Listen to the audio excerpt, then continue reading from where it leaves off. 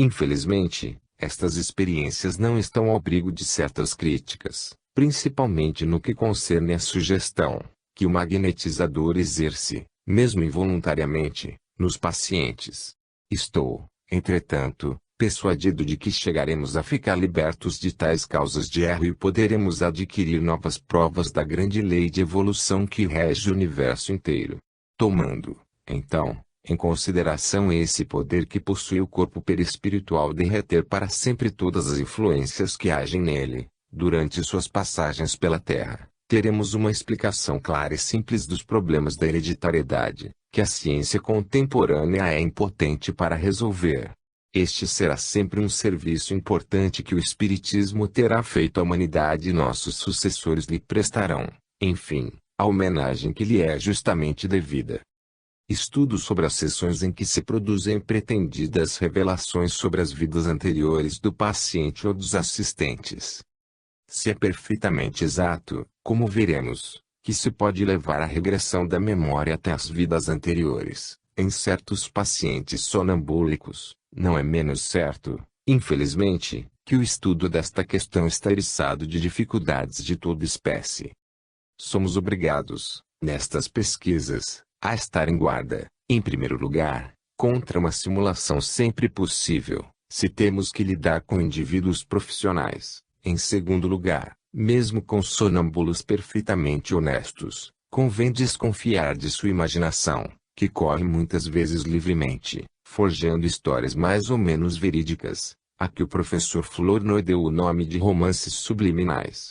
Essa espécie de personificações de indivíduos imaginários foram frequentemente produzidas, entre outros, pelo professor Richet, que as designou com o nome de objetivação de tipos. Sabemos que, por autossugestão, é possível a um paciente, mergulhado naquele estado, imaginar-se tal ou qual personagem e compô-lo com tão grande luxo de atitudes que pareceria estarmos realmente diante de uma individualidade verdadeira. Outras causas de erro, segundo os casos, podem ainda intervir, se o paciente possui uma faculdade de clarividência ou criptestesia, que lhe permita tomar conhecimento dos pensamentos dos assistentes, ou se é psicômetra, de ressuscitar, com grande verossimilhança, cenas que se passaram muito longe dele em épocas pretéritas. Vê-se que é absolutamente necessário examinar as narrativas com o mais severo método crítico, se não nos quisermos deixar arrastar apressadas conclusões, que o futuro não tardaria a desmentir. Submetendo-me a essa disciplina é que analisarei os casos seguintes, depois de haver eliminado certo número de outros, que não me pareceram apresentar garantias suficientes de autenticidade. Vejamos uma categoria em que a boa-fé dos experimentadores me parece certa. Esses fatos foram, pela maior parte, observados espontaneamente por espíritas e como diferem das pesquisas sistemáticas de Flournoy e de Rochas, vou relatá-los em primeiro lugar, porque lhes cabe a prioridade. No Congresso de 1900, Estevão Marata fez a seguinte interessante comunicação, a qual mostra como se poderia chegar, por vezes, a fazer renascer, no estado sonambúlico, lembranças tomadas às vidas anteriores. Foi em 1887, havia na Espanha um grupo espírita chamado Paz, cujo fundador e presidente era Fernández Colavida, cognominado, do outro lado dos Pirineus, o Kardec espanhol. Nas suas sessões, o grupo fazia o estudo e a fiscalização dos problemas espíritas. Minha mulher e eu éramos, nessa época, membros desse grupo. Ora, um dia, Colavida quis experimentar se podia provocar em um sonâmbulo a lembrança de suas existências passadas. Magnetizou o médium em alto grau e mandou que dissesse o que tinha feito na véspera, na antevéspera, uma semana, um mês, um ano antes, levando-o, assim, até a infância, que ele explicou com todos os pormenores. Encaminhado sempre, o médium contou sua vida no espaço, a morte de sua última encarnação e chegou a 4 encarnações, de que a mais antiga era uma existência inteiramente selvagem. É preciso notar que, em cada existência, os traços do médium se modificavam completamente. Para conduzi-lo ao estado habitual, O magnetizador fê-lo voltar até a existência presente, e o acordou. Não querendo ver-se acusado de ter sido enganado, fez ele magnetizar o médium por outra pessoa, que lhe devia sugerir que as existências passadas não eram verdadeiras.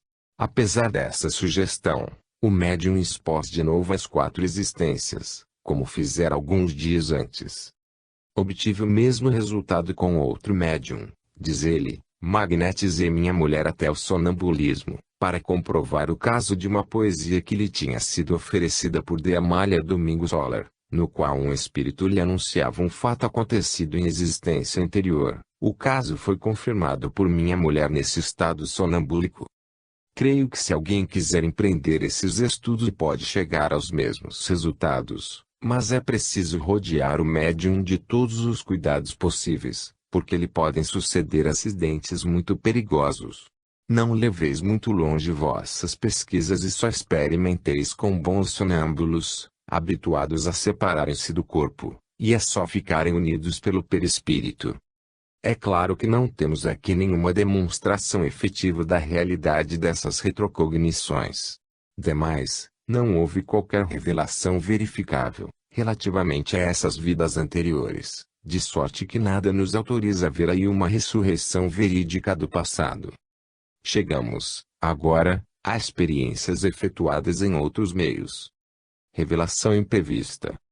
Devo à amabilidade de Gastin, o eminente ocultista muito conhecido, a relação seguinte.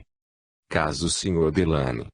Tenho o prazer de confirmar a curiosa experiência que obtive há alguns anos, de maneira inteiramente inesperada. Foi em 1906.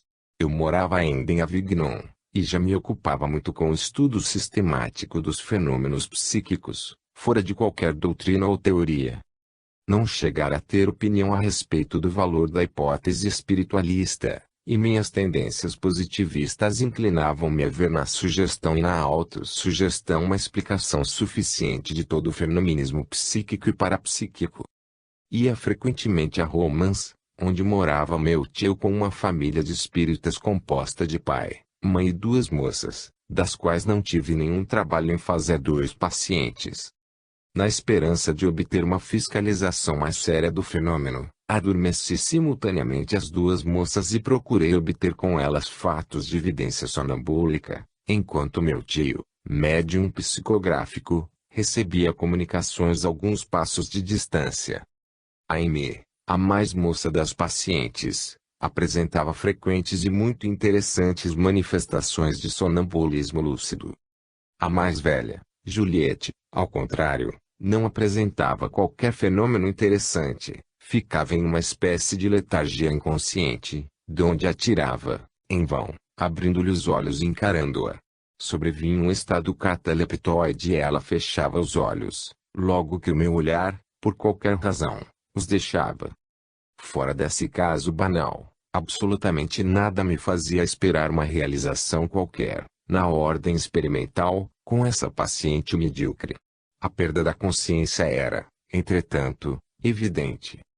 Um dia, renovei uma experiência, em vão tentada muitas outras vezes, aliás sem um fim preciso, quando as 2 irmãs estavam adormecidas, e meu tio, à mesa, diante do papel. Aproximei-me de Juliette, abri-lhe os olhos e a encarei como de costume, diz-me ela, então, bruscamente, com ar surpreso. Como é curioso, não o vejo mais, ou antes, vejo-o envelhecido, calvo, com o olhar severo. Mas não é o senhor, é antes sua expressão, é um velho que se lhe assemelha, e atrás desse rosto, frio e severo, que me espanta, eu vejo, tal como o conheço, vivo e sorridente. Tendo-lhe pedido maiores detalhes, Juliette acrescentou. O rosto do velho desapareceu, mas outro substitui. E, sucessivamente, em uma ordem que não tive tempo de notar, de tal forma o fato tinha sido imprevisto e rápido, a paciente descreveu longa série de rostos de todas as idades, homens e mulheres, que vinham, como máscaras vivas, porém frias, colocar-se diante de minha fisionomia, e sempre com a mesma expressão do olhar. Esta porta da alma, no dizer dos fisionomistas, que a paciente reconhecia como sendo minha própria expressão, é como a característica de minha individualidade. Depois, toda a visão desapareceu repentinamente, e Juliette só viu a mim, atual e presente. Inquiriu o que podiam representar, em sua opinião, as curiosas visões caleidoscópicas. Ela respondeu, claramente, que não sabia nada. Aproximei-me de sua irmã, que dormia sempre, a alguns passos, e lhe perguntei se também tinha visto. Sim, respondeu-me, houve mesmo muito mais rostos do que minha irmã assinalou, mas passavam tão depressa que não os pude apanhar. Que podem significar essas visões? Suas precedentes existências. Justamente, nesse instante, meu tio escrevia mediunicamente, são as suas precedentes encarnações. Evidentemente, não havia nessa sucessão de fatos, para mim que estava fora de qualquer doutrina espiritualista, e bastante disposto a ver em tudo o papel da sugestão e da autossugestão, nada de demonstrativo, com relação à possibilidade de uma visão de encarnações passadas. Achava-me entre espiritistas e pensava que era muito natural receber de Aimé e de meu tio, em relação subconsciente com Juliette, uma explicação de ordem espírita. Para melhor observar o fenômeno, resolvi provocá-lo de novo e pedi a Juliette que abrisse novamente os olhos, sugerindo-lhe que ela ia ver desenrolar essas mesmas visões.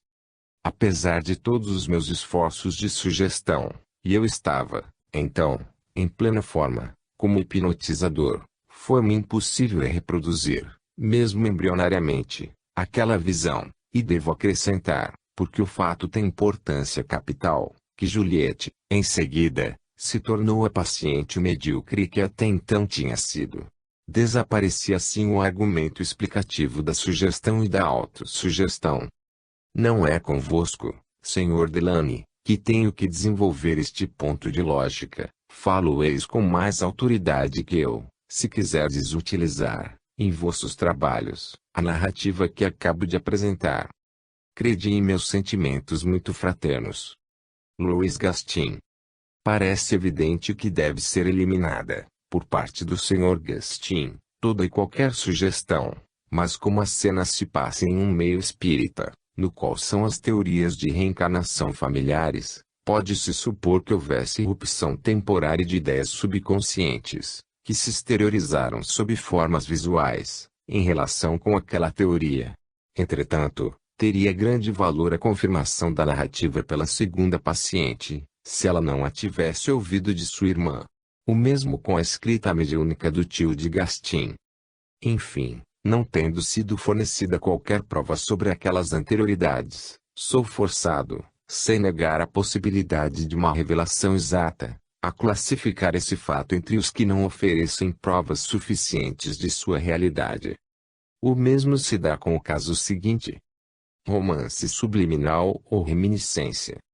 Em sua interessante obra La Survivance Humaine, página 535, Corniller refere uma das sessões que teve com sua médium Heine, jovem modelo, completamente ignorante das teorias espíritas. Ei-los, disse ela, agora em contemplação diante do lago e conversando. É tão prodigiosa a realidade, que nos parece estar na conversa. A lucidez da médium se torna cada vez mais clara. A vista do lago azul faz-lhe renascer a lembrança de suas vidas anteriores na Itália e no Oriente. Ela relata certos incidentes aos seus dois companheiros, faz descrições, comparações. Conta sua vida em Nápoles e em Capri. Fala da Sicília, descreve aspectos do Vesúvio com precisão extrema. Em Capri, conheceu uma casa, mais tarde ocupada por Vetellini, o guia da médium, dá-lhe a situação exata, faz observações sobre as cenas da natureza, viu o mar efervescente, quando as lavas do Vesúvio nele mergulhavam, notou a falta absoluta de pássaros nesse belo céu. Depois se espanta que o velho amigo nunca tivesse a curiosidade de voltar lá após se tornar espírito. Isto te seria tão fácil. Por que não vais? Gostas mais dos bancos e da bolsa? Pois bem, iremos juntos. Eu te levarei, conheço bem o Egito. E ela aí retorna, ao tempo em que era curador no Egito, doutor da alma e do corpo. Nessa vida, Estava com Vetelini, eram amigos, ele mais velho e a protegia. Nota que, no Oriente, em razão das condições atmosféricas, a vida do astral é perceptível. Os encarnados, um tanto adiantados, sentem, por assim dizer, constantemente, o contacto dos desencarnados. Notou Heine, muitas vezes, que não poderia nunca pôr o Sr. Cornelier ao corrente de tudo isso. Vetelini a tranquiliza e lhe diz que ele a fará falar alto. Ela não o crê muito. Parece-lhe impossível dizer em alta voz, em Paris, o que viu aqui na América. Vetelini já tinha dito em outra sessão que Heine vivera no Egito. Tendo-se-lhe posto na mão uma pedra de um colar desse país, ela declarou, isso vem do Egito. É psicometria. Aqui, ainda, nenhuma indicação precisa sobre as pretendidas vidas anteriores, e as descrições de Heine poderiam, em rigor, ser o fruto de leituras antigas, ou de conversas ouvidas, ou mesmo ação clarividente da paciente. Isto nos leva à maior reserva na apreciação desse curioso fenômeno. Parece que, com os casos seguintes, damos um pequeno passo à frente em algo de mais demonstrativo. Toma a narrativa abaixo da brochura publicada por Henry Salce, diz Prelvis, em Voilá, Pag. 32. Conhecendo pessoalmente o autor, de longa data, posso garantir sua absoluta boa-fé e a veracidade dos seus relatos. Vindo a nossas reuniões, a senhora Conte Galix se fazia acompanhar da senhorita Sofia, sua dama de companhia. Esta, notando a facilidade com que os médiuns eram postos em sonambulismo, e o estado de bem-estar em que se encontravam, ao acordar, pediu-me que procurasse adormecê-la para ver se ela possuía, em estado latente, faculdades que nos pudessem ser úteis. No fim de uma sessão, disse a senhorita Luísa, antes de despertá-la: ajude a desprender-se, vou adormecer a senhorita Sofia. Ela me respondeu, nervosamente, em voz baixa: não, não quero. Não quero, mas faça como entender. Fiquei surpreendido com o tom no qual foi feita a observação, e não insisti. No dia seguinte, revi Luísa e, sem lhe dizer o fim de minha visita, coloquei-a em sonambulismo e perguntei-lhe a causa de sua conduta, na véspera. Ela se obstinou, por muito tempo, em guardar um segredo que não me dizia respeito, mas, por insistência minha, acabou por declarar: opus-me porque essa pessoa foi a causa de minha desgraça em passada existência. Nós nos juramos um ódio eterno. Eu a desprezo, odeio, e nunca lhe perdoarei, nunca, ouviu, todo o mal que me fez. Creio, disse-lhe eu, que não foi só um acaso que as colocou no mesmo caminho, mas os nossos amigos, para proporcionar-lhes um meio de reconciliação. Ela revoltou-se contra essa ideia, mas, à força de paciência e de boas razões, acabei por fazer com que ela prometesse ajudar-me a adormecê-la e lhe perdoasse. Na sessão seguinte, não contei nada a ninguém dessa última entrevista. Depois de haver adormecido simultaneamente Luísa, Maria Mularet, pus este em meu lugar, à direita de Luísa, e Maria à sua esquerda, colocando-me em frente de Sofia, provoquei nela o sonambulismo. Neste momento, Maria Mularet tomaram Luísa pela cintura e lhe disseram: vamos, Luísa, coragem, é preciso ajudá-la a desprender-se, é preciso, também, perdoar-lhe, é preciso esquecer.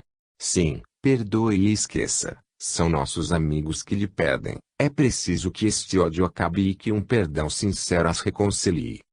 Sofia acabava de adormecer, por seu turno, Luísa, então, tomou-lhe a mão e lhe disse: veja e lembre-se. Sofia ficou um momento estupefata, assombrada, pôs-se depois a chorar copiosamente e disse: não. V não me pode perdoar, eu lhe fiz muito mal para que V possa esquecer. Onde ocultar-me? Tenho vergonha de mim mesmo. E chorava ao ponto de inundar o corpete. Luísa e os outros choravam também. Enfim, disse Luísa: pois que nossos amigos o pedem, que tudo se apague deste passado sinistro, que tudo seja esquecido. E levantando-se, espontaneamente, os 4 médiuns ficaram laçados num forte abraço, chorando agora de alegria. Custei muito a trazer os quatro ao sentimento da realidade e fazê-los voltar, para os acordar. Os outros membros do grupo seguiram esta cena patética, sem a compreender. Tive que lhes dar a chave do enigma. Era o fim de um ódio póstumo. Observei, aliás, dois outros casos semelhantes. Em setembro de 1887, em uma sessão, um dos espíritos que nos ajudavam em nossos trabalhos, o amigo Joseph, nos disse: venho dar-lhes meus adeuses, não voltarei mais a estas reuniões, onde fui tão fraternalmente acolhido, vou reencarnar. Se quisesse dizer-nos em que condições, poderíamos procurá-lo, para ainda nos ocupar do amigo. Não, é inútil, seria contra a lei de Deus. Se o mistério de nosso passado nos é oculto, é que há para isso motivos sérios e não podemos infringi-lo, procurando descobrir o véu que nos oculta o nosso destino. Foi sua última visita. Se não conhecêssemos exemplos de contágio psíquico, produzido entre pacientes, no estado sonambúlico, poderíamos classificar este fato de reconhecimento recíproco, entre as boas provas da reencarnação. Infelizmente, ainda aqui, nenhuma informação precisa nos foi dada sobre as vidas anteriores dos dois pacientes, o que nos deixa em indecisão e não permite nos pronunciemos de maneira absoluta sobre o valor desse reconhecimento mútuo. A reencarnação na Inglaterra. Os adversários do Espiritismo afirmam muitas vezes que há frequentes contradições entre os ensinos dos espíritos desencarnados que se manifestam na França e na Inglaterra, por motivo da reencarnação. Sem dúvida, a maioria dos desencarnados anglo-saxões não admitem que a evolução da alma, em nosso globo, se faça por uma série de vidas terrestres. Dizem eles que essa evolução se produz nos diferentes planos do espaço e em outros planetas. Existem, entretanto, numerosos centros nos quais os ensinos do além são conformes aos dos países latinos, e isto é de assinalar, porque, cada vez mais, a teoria palingenésica vai ganhando terreno entre nossos vizinhos e mesmo na América do Norte. Eis um exemplo, entre muitos outros que eu poderia referir. A reencarnação pode ser provada. O autor começa por dizer que, na Inglaterra, a maioria dos espiritistas recusam acreditar na reencarnação, porque os médiuns, em transe, declaram, não que a reencarnação é certamente um mito, mas que não tem nenhuma noção a respeito. Além disso, os homens acham a morada da Terra tão triste, que não têm vontade de voltar para ela. Enfim, a maioria dos espiritistas guardam reservas e acham que ainda não há provas suficientes. Eu era do número destes últimos, continua ele, e rejeitava aquele ponto de doutrina com tanto mais energia, quanto, durante muito tempo, os espíritos que se manifestavam por minha mediunidade lhe eram francamente opostos. Mas, há uns 3 anos, um grupo de espíritos, em nosso centro, que é particular, proclama que a reencarnação não é uma teoria, mas um fato. Quando recobrei os sentidos, na primeira vez, e me fizeram saber o que eu tinha dito, protestei, vivamente, contra a escolha de mim, adversário decidido, para defender tal teoria. Eles voltavam, entretanto, com tal insistência, que acabei por lhes perguntar: podeis prová-lo? Responderam: deixe-nos, primeiro, mostrar quem nós somos e, quando tiverem suficiente confiança em nós, terminaremos nossa obra. Deram, então, tais provas de identidade e de conhecimento do passado, do presente e, em certos casos, do futuro, prestaram aos membros deste pequeno centro tais serviços, que uma plena confiança lhes foi outorgada. Prometeram eles, então, pôr-nos em relação com pessoas que havíamos conhecido em precedente existência e mostrar-nos cenas de nossa vida passada, que reconheceríamos. Uma tarde, descreveram-nos uma senhora, dizendo-me que eu encontraria dentro em pouco. 10 dias mais tarde, fui a uma praia de banhos, onde nunca tinha ido, e tomei um apartamento por correspondência.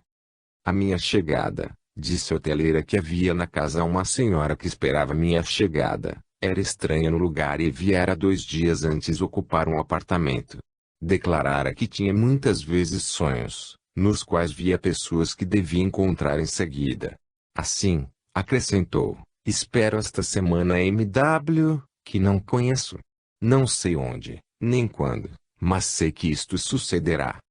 Uma prova bem mais surpreendente foi dada a outro membro do círculo. Uma senhora foi apresentada a um senhor e logo sua memória lhe retraçou uma outra existência, na qual ela o tinha conhecido. O reconhecimento foi recíproco, porque ele sorriu e disse: a senhora se lembra de mim.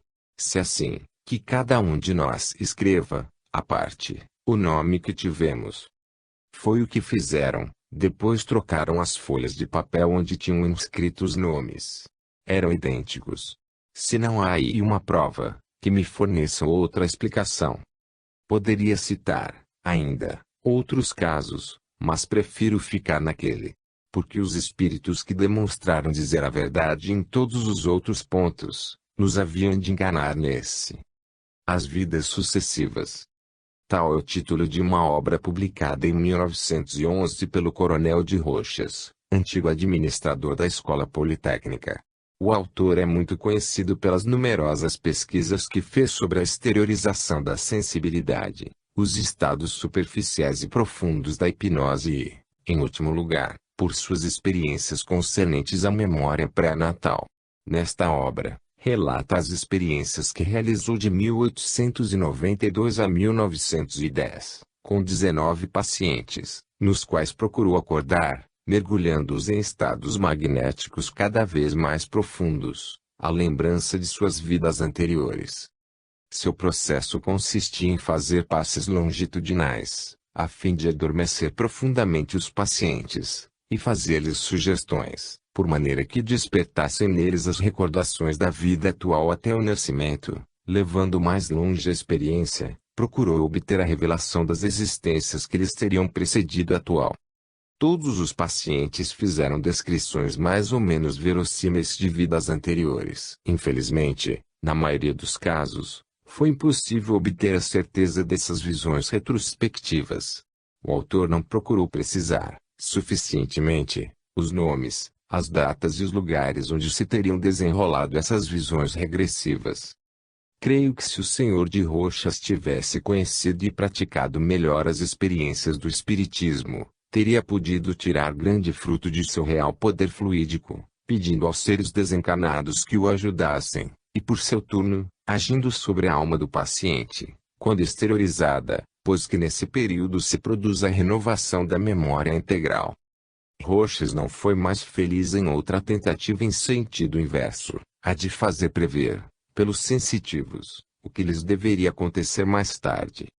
Para que o sonâmbulo voltasse ao estado normal, Roxas empregava passes transversais e os continuava depois do despertar, o que levava o paciente a outro estado, onde se dizia que ele previa o futuro. Creio que, neste caso, a sugestão exercida pelo magnetizador seria verdadeiramente a causa eficiente, porque a conexão entre ele e seus pacientes era sempre muito íntima, o que deixa a supor que sua ação mental se transmitia àqueles com quem operava, com a maior facilidade. De Roxas faz notar, com muita justeza, que, estando as ideias de inferno e purgatório muito espalhadas em todos os meios em que foi buscar seus pacientes, é de espantar que nenhum deles lhes fizesse menção, quando se achava entre duas pretendidas encarnações. Vamos ver o outro experimentador, mais feliz que o senhor de Roxas, pois que, uma vez, ao menos, obteve pormenores exatos acerca de uma vida anterior de sua paciente. A médium Helena Smith. Em seu livro Diz Índices à la Planète Mars, Flournoy, professor de psicologia da Faculdade de Ciências de Genebra, fez um importante e completo estudo das faculdades de uma médium, a quem ele chama Senhorinha Helena Smith. É digno de relevo que essa moça, de boa educação, de uma sinceridade e boa-fé absoluta, que se prestara, gratuitamente, durante anos, à investigação dos sábios, tivesse apresentado personificações imaginárias ao lado de outros fatos nitidamente espíritas. Em verdade, Flournoy esforçou-se por explicar todos os fenômenos pela autossugestão da médium, a qual, muito sensível, teria sido levada, subconscientemente, em seus sonhos, a imaginar que não se encontrava na posição social que lhe competia, de sorte que, frequentando centros espíritas, onde são correntes as ideias de reencarnação, teria sucessivamente e subliminalmente, isto é, durante seus períodos de inconsciência, forjado 2 romances, pelo menos, relativos às suas vidas anteriores. Um dos seus romances a representa como a reencarnação da Rainha Maria Antonieta, e o outro como a mulher de um príncipe hindu, que vivia no 14º século e teria reinado no Canara. Uma terceira criação hipnoide relativa ao planeta Marte, do qual a senhorita Smith dá descrições um tanto fantasistas, mas, ainda, ela teria feito conhecer a linguagem dos habitantes desse nosso mais próximo vizinho. Flournoy, muito habilmente, mostrou a gênese provável dessa suposta linguagem marciana e provou, pela análise dos textos, que não passava, em realidade, de uma imitação da língua francesa e que só os sinais representativos das letras tinham verdadeira originalidade. Mas esta não ultrapassa a que os alunos podem produzir em classe, quando imaginam alfabetos secretos para se corresponderem. Reconheço, também, que a crítica de Flournoy relativa à reencarnação na senhorita Smith, a infortunada rainha de França, é muito justificada, porque as lembranças relativas a esse ciclo real estão cheias de anacronismos e a escrita da pretendida personalidade de Maria Antonieta nada tem de comum com os textos que nos ficaram. Além disso, quanto aos acontecimentos históricos, como é fácil encontrá-los por toda parte, não se lhes pode dar grande valor, pois que a memória subliminal registra grande número deles pelas leituras, pelas peças de teatro, pela conversa. Esse reparo aplica-se a todos os casos do mesmo gênero, e quando se sabe com que fidelidade a memória sonambúlica conserva os clichês visuais ou auditivos, deve-se, em bom método, atribuir esses conhecimentos às aquisições normais da vida corrente e não a lembranças de uma existência anterior. Uma exceção deve ser feita, entretanto, quando se trata de acontecimentos históricos, que não se acham relatados nos manuais comuns de história nem nos dicionários históricos ou biográficos, mas estão só em alguns documentos ignorados do público que, para os descobrir, necessita laboriosas pesquisas, e dos quais o paciente não pode ter conhecimento.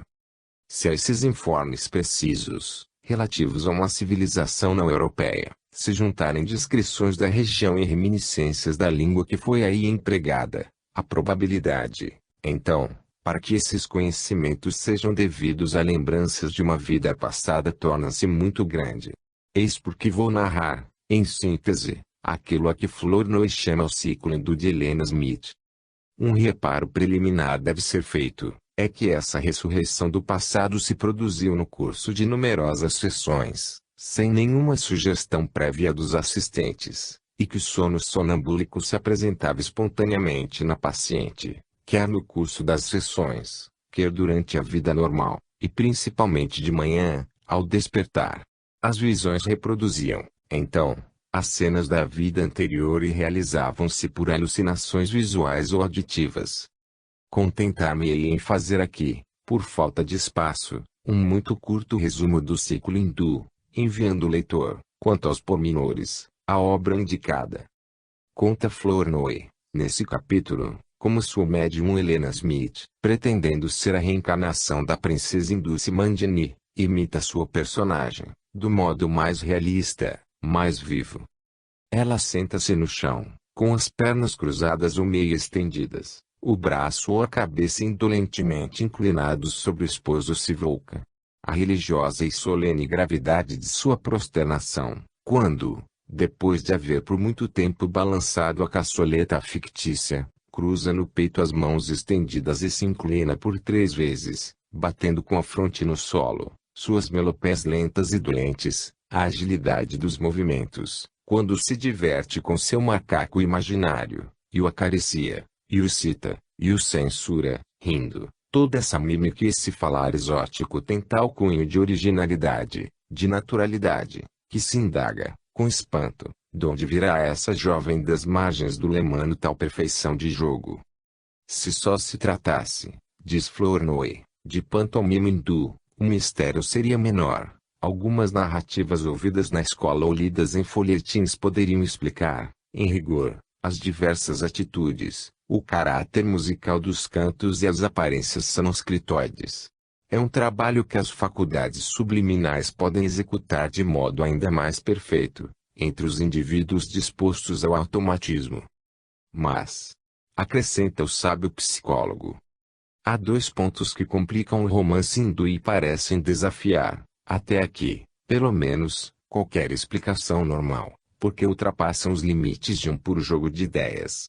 São os informes históricos, precisos, dados por Leopoldo, o guia da médium, de que se puderam, em certo sentido, verificar alguns, e a língua hindu, falada por Simandini, que contém palavras mais ou menos reconhecíveis, e cujo sentido real se adapta à situação em que foram pronunciadas. Ora, se a imaginação de Helena pôde ter reconstruído pelas informações gerais, flutuantes, de nossa atmosfera de país civilizado, os costumes, os usos e as cenas do Oriente, não se sabe de onde lhe proviriam o conhecimento da língua e de certos episódios de pouco relevo da história da Índia. Eis um fato de primeira ordem, que se explica muito bem por uma renovação da lembrança e que não se pode, mesmo, explicar por outra forma. Mas Flournoy não a quer aceitar. Consultou ele, sobre os pontos históricos evocados pela médium, os mais qualificados especialistas da história asiática. Nenhum tinha conhecimento das personagens e das localidades citadas. Eram, entretanto, eruditos da ciência histórica. Em último recurso, viu-se forçado a escavar nas bibliotecas e acabou por encontrar num velho e poeirento alfarrábio, a história da Índia, por Malés, um trecho que lhe prova, irrefutavelmente, que a descrição de Helena não é um mito. Bem entendido, os sábios, os eruditos, precedentemente consultados, trataram Malés por cima do ombro, e recusaram considerá-lo como um confrade sério. Isso é muito feliz para a memória dele. Quanto a Flournoy, apesar da inverossimilhança da suposição, não hesita em considerar que a memória integral de Helena acolheu os ensinos no obscuro e desconhecido Malés, e detém-se ligeiramente, nas diferenças ortográficas entre o texto deste último e o da médium. Só o que perturba, e ele o confessa, é que não pode dizer onde, quando e como Helena teria podido tomar conhecimento daquele texto. Confesso sem subterfúgios, diz ele, que não sei nada, e dou, voluntariamente, testemunha da indomável e perseverante energia com que Helena não cessou de protestar contra a minha hipótese no ar, que tem o dom de exasperar, e isto se compreende, porque ela se cansa em perscrutar as lembranças e não encontra aí o menor traço dessa obra de que só existem 2 exemplares poerentos em Genebra. Só por um concurso de circunstâncias absolutamente excepcionais e quase inimagináveis, poderia o Malés achar-se, um dia, entre as mãos de Helena. E como não teria ela disso a menor recordação? Em suma, e pela própria declaração de Flournoy, o romance hindu constitui um enigma psicológico ainda não solúvel de maneira satisfatória, pois que revela e implica em Helena, relativamente aos costumes e à língua do Oriente, conhecimentos de que foi impossível, até agora, achar a fonte segura. Apesar desta restrição formal, que tira toda a autoridade às hipóteses anti-extra-espíritas, nossos contraditores não hesitaram em apoderar-se de toda essa parte da obra de Flournoy e dela ainda se servem como de um projétil mortífero, sem perceberem que, na realidade, o mesmo se volta contra eles. É impossível ver ali, ou telepatia, ou alucinação, ou autossugestão. Só resta admitir o que não cessa de repetir a médium, que ela ressuscita o passado longínquo da princesa hindu Simandini.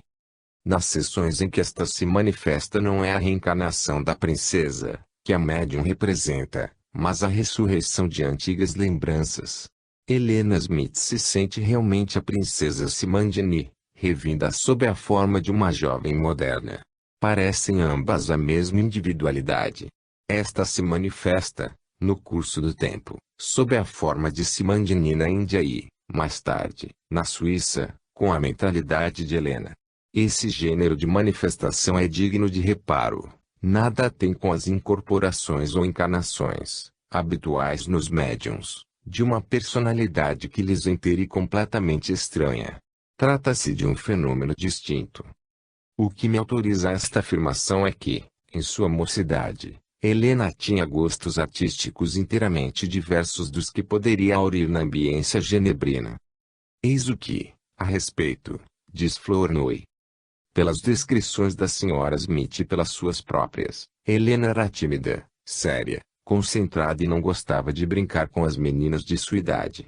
Preferia sair só com sua mãe, ou ficar tranquila e silenciosa em casa, divertindo sem desenhar, o que fazia com a maior facilidade, ou executar obras de sua composição, no estilo oriental, obras que deslizavam, como por encanto, entre seus dedos de fada. Não tenho mérito nisso, dizia ela, porque não me dá nenhum trabalho. Sou levada, por vezes, a fazer essas obras e esses desenhos, não sei como, com pequenos pedaços de pano, que se reúnem, de alguma sorte, em minhas mãos.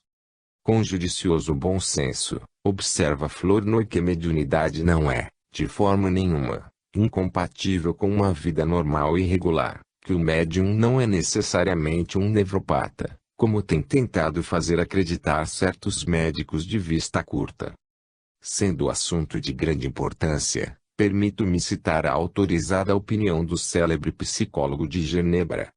Há quem se espantar pelo lugar que ocupa na imaginação de Helena o medo de passar por doente ou anormal. É preciso dizer, para desencargo dos médiuns e dos sábios incriminados, que a culpa cabe às invenções, aos ditos no ar, de todo gênero, com que o público ignorante envenena, à vontade, a existência dos médiuns e a dos que os estudam. É claro que se encontram nas fileiras da alta faculdade ou dos corpos científicos, como em toda companhia um tanto numerosa, certos espíritos estreitos, muito fortes, talvez, em sua especialidade, mas prontos a lançar o anátema naquilo que não quadra com suas ideias feitas, e a chamarem logo doença, patologia ou loucura tudo que se afasta do tipo normal da natureza humana, tal como eles a concebem no modelo de suas pequenas personalidades. É, naturalmente, o veredicto desfavorável, mas cheio de segurança, desses médicos contólogos e desses pretendidos sábios, o que se divulga de preferência e vem bater nas orelhas interessadas. Quanto ao julgamento reservado e prudente dos que não gostam de se pronunciar apressadamente, nem de fechar questões cuja solução é ainda impossível, esse, não é preciso dizer, ninguém o tem em conta, porque a massa quer conclusões líquidas e decididas. Tal pensamento é justo e está bem expresso. Despertar do passado durante o transe. Eis um caso que transcrevo de nossos vizinhos de Além-Mancha. Há uma vintena de anos, vinha eu da cidade, por um belo dia de primavera, e comprei, por acaso, um número do Saturday Review, que acabava de ser publicado. Chegando a casa, achei minha mulher atacada de violenta dor de cabeça. Aconselhei-a a deitar-se e ajudei-a a dormir, fazendo-lhe passes magnéticos. Em 5 minutos ela mergulhou em profundo sono, instalando-me perto da janela, em confortável poltrona, puxei o jornal e predispus-me a lê-lo. Não tardei em absorver-me na leitura de um artigo sobre a situação política da França. Tinha parado numa frase obscura, quando, com grande surpresa minha, a esposa começou a tratar do assunto, e me fez uma pequena prédica, bastante interessante e instrutiva, sobre o estado político e os negócios da França, a propósito do dito artigo, mostrando um maior conhecimento da história de França, que lhe parecia inteiramente familiar. Acreditei, a princípio, que um espírito falava por sua boca e lhe perguntei quem era. Ela respondeu: não é um espírito estranho, mas o meu. Quando me magnetizaste, meu corpo adormeceu e meu espírito logo se achou livre. Percebi o profundo interesse que te causava a leitura desse artigo e entrei a estudá-lo em teu proveito. Mas, perguntei-lhe, como podes estar tão a par da história e da política francesas, tu, que em teu estado normal, nada sabias disso e nenhum interesse lhe davas? Quando retomo meu corpo, essas coisas e muitas outras, que conheço muito bem em estado de espírito, apagam-se imediatamente, e eu não me lembro de mais nada. Mas, porque os assuntos de que acabas de tratar te são familiares ao espírito. Pareces ter conhecimentos extraordinários sobre a diplomacia francesa. Por certo, visto que eu conheço perfeitamente a França e os franceses, fui outrora uma senhora francesa e representei um papel histórico dos mais importantes. A conversa durou ainda certo tempo, depois do que ela me disse. Devo agora tomar o corpo, chegou o momento, boa noite. Um minuto depois, minha mulher acordava bem disposta e inteiramente curada de sua enxaqueca. Devo notar que essa conversa de seu espírito comigo se distinguia pela escolha das expressões mais elegantes e mais distintas. Em estado normal ela fala com facilidade, mas sua frase é brusca e pouco medida. Ao contrário, com espírito desprendido, seus discursos são como critérios e ela mostra a maior delicadeza de estilo. Sempre verifiquei que, nos períodos de transe, seu espírito podia responder a todas as perguntas que eu lhe fazia. Eram maravilhosos os conhecimentos que manifestava e me parecia isto a prova mais decisiva da elevação a que podem atingir nossos espíritos, quando se desatam do corpo. Apesar de se terem produzido estes fenômenos há muitos anos, fizeram tal impressão em mim, que me parece se terem dado ontem. Robert H. Russell Davies. Buckingham, Praça Brinton. Este exemplo confirma o despertar dos conhecimentos anteriormente adquiridos, no período de transe do estado sonambúlico. Reveste-se de grande valor por ter sido observado espontaneamente porque o autor não podia conhecer os trabalhos de Rochas e Flournoy, uma vez que sua observação lhes é muito anterior. Uma renovação do passado. Tomo o caso seguinte a obra de meu amigo Leon Denis, Le Problème de l'Être et de la Destinée, Pag. 289. Conheci pessoalmente o príncipe Wisniewski, que sempre me pareceu digno da mais inteira confiança. A senhora Nogerat, autora do livro La Survie, ouviu o príncipe fazer a mesma narrativa e a assinalou ao senhor de Rochas. Ela. O príncipe Adam Wisniewski comunica-nos o seguinte relato, ele o deve a testemunhas, algumas das quais vivem ainda, e só consentem que as designem pelas iniciais. O príncipe Galitzin, o marquês de B, o conde de R, estavam reunidos no verão de 1862, nas águas de Hamburgo. Uma noite, depois de haverem jantado muito tarde, passeavam eles no parque do cassino, quando perceberam uma pobre deitada num banco. Depois de se lhe aproximarem e interrogarem, convidaram-na a ver-se-á no hotel. Ela comeu com grande apetite e, pouco depois, Galitzin, que era magnetizador, adormeceu-a. Qual não foi, porém, o espanto das pessoas presentes, quando, profundamente adormecida, aquela que, na véspera, só se exprimia em mau dialeto alemão, pôs-se a falar muito corretamente em francês, contando que, por punição, se havia enganado pobremente, em vista de haver cometido um crime em sua vida precedente, no XVIII século. Habitava, então, um castelo na Bretanha, à borda do mar. Tivera um amante e, querendo desembaraçar-se do marido, lançou-o ao mar, do alto de um rochedo. Com grande precisão, designou o lugar do crime. Graças a essas indicações, o príncipe Galitzin e o marquês de B. puderam, mais tarde, ir à Bretanha, nas costas do norte, e, separadamente, entregaram-se a 2 inquéritos, cujo resultado foi idêntico.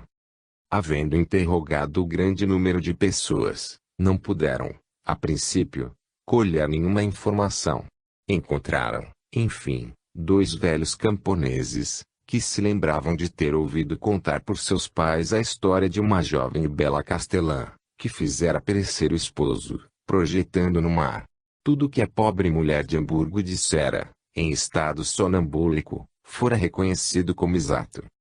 O príncipe Galitzin em sua volta a Paris, repassando em Hamburgo, interrogou o comissário de polícia, a respeito dessa mulher. O funcionário declarou-lhe que ela era desprovida de qualquer instrução, só falava o vulgar dialeto alemão e vivia dos mesquinhos recursos de uma mulher de soldado. Aqui, Anésia, no que concerne ao passado, Também desapareceu durante o sono sonambúlico, que a infeliz mulher, não só ressuscitou seu trágico passado, como empregou a língua francesa, que ignorava completamente em estado normal.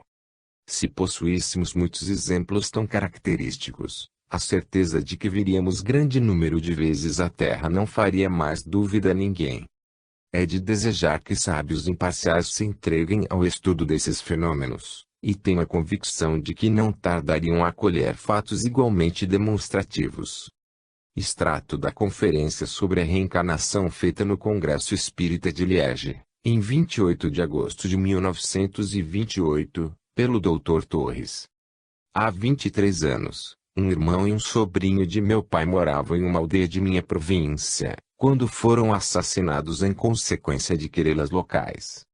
Algum tempo depois dessa morte violenta, meu tio se comunicava por um médium, em minha família.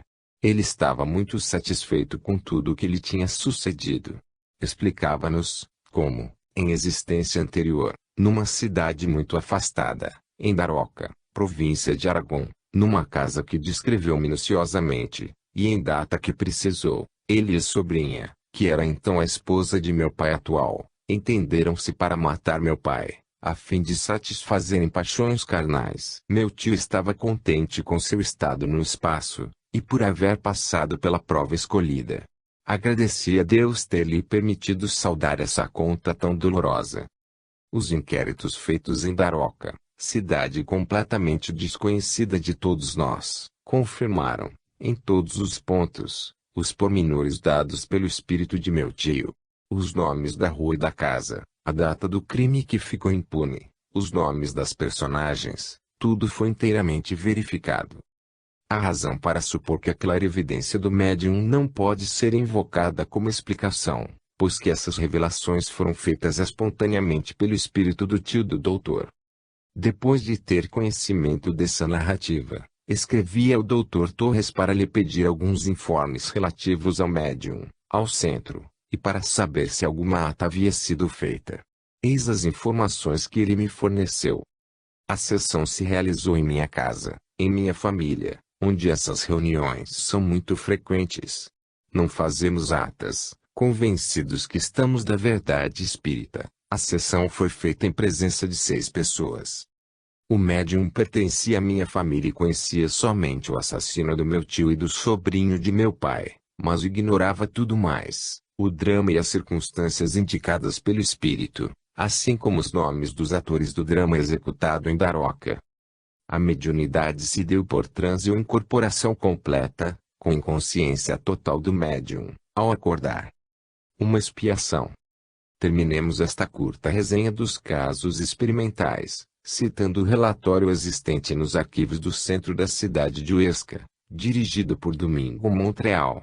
Ele é bastante instrutivo, como se vai ver. De 1881 a 1884, encontrava-se nas ruas de Huesca um indivíduo conhecido pelo nome de Louco Sussac. Vestia-se de modo burlesco, falava só, ora corria sem destino, ora caminhava solenemente, e não respondia a nenhuma das perguntas que lhe eram dirigidas. Por fim, como se tornasse perigoso, submeteram-no a estreita vigilância. Na mesma cidade, formou-se um grupo de estudos espíritas, entre pessoas de cultura média, sendo Domingo Montreal, presidente, e Sanchez Antonio, médium. Este último apresentava uma particularidade, é que, inteiramente iletrado, escrevia muitas vezes sem pontuação e outras com perfeição extrema, longas comunicações. O presidente resolveu evocar o espírito do louco, na ocasião em que ele parecia dormir, e obteve dele muitas mensagens. Enfim, o louco Sussac morreu e, espontaneamente, pouco depois, deu pelo médium iletrado Antônio uma mensagem, afirmando que tinha sido o senhor de Sangarém, que tivera uma conduta culpável e que a vida, no curso da qual o conhecêramos, lhe tinha sido imposta como expiação. Afirmou que acharíamos a confirmação de suas palavras nos arquivos ainda existentes no seu antigo castelo. Foi, em companhia de Severo Laine de Marvalo Ballestar, a antiga morada senhorial, onde nos responderam que não havia traço de arquivos. Grandemente desapontados, reunimos-nos em sessão, para dar conta do resultado de nossa missão. Antônio escreveu, então, que se voltássemos ao castelo encontraríamos perto do fogão da cozinha, em um esconderijo, os documentos que desejávamos. Assim o fizemos e, tornados a Sangarém, obtivemos a permissão de sondar a parede e, com grande espanto nosso, encontramos, em um pequeno reduto, uma série de pergaminhos. Trouxemo-los para o ESCA, onde foram traduzidos pelo professor Oscaris e confirmavam em todos os pontos as afirmações do Espírito. Nesse caso, ainda a lei moral se exerce de maneira indiscutível e os documentos, descobertos em seguida as indicações do espírito do louco, estabelecem a muito grande probabilidade de suas afirmações, no que concerne à sua existência passada. Resumo.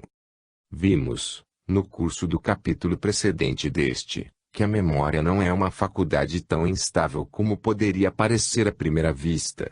É perfeitamente exato que não conservamos a lembrança integral de todos os acontecimentos que nos sobrevieram no curso de nossa vida, visto que o esquecimento é uma condição essencial para que o espírito não seja embaraçado pela inumerável multidão de lembranças insignificantes. Mas, contrariamente ao em que geralmente se crê, a perda das lembranças não é absoluta. Todas as sensações visuais, auditivas, táteis, sinestésicas, que têm agido em nós, ficam gravadas, de maneira indelével, na parte permanente de nós mesmos, a que os sábios chamam subconsciência e os espiritistas perispírito. Essas sensações, temo-lo averiguado, podem renascer espontaneamente, ou durante o sono sonambúlico natural ou provocado. Cada estado anterior da existência atual renasce com um frescor e uma intensidade que equivalem à realidade. Parece, pois, que cada período da vida deixa, na trama fluídica do corpo espiritual, impressões sucessivas inapagáveis, formadas por associações dinâmicas estáveis, que se vão superpondo sem confundir-se, mas cujo movimento vibratório diminui à medida que o tempo se escoa, até o momento em que essas sensações ou lembranças caem abaixo do limiar da consciência espírita. Desde que as coisas são assim, que o espírito é indestrutível e que é nele que se encarnam os arquivos de toda a vida mental e física, é natural supor que, se damos a esse corpo fluídico movimentos vibratórios análogos aos que ele registrou em qualquer momento de sua existência, far-se-á renascer, do mesmo passo, todas as lembranças concomitantes desse período do passado. Foi o que sucedeu, como vimos, nas experiências de Richet, Burru e Burut, Peters e outros. É lógico, pois, prosseguir a regressão da memória até além dos limites da vida atual de um paciente, por meio da ação magnética. Assim fizeram os espiritistas e os sábios de que falei neste capítulo.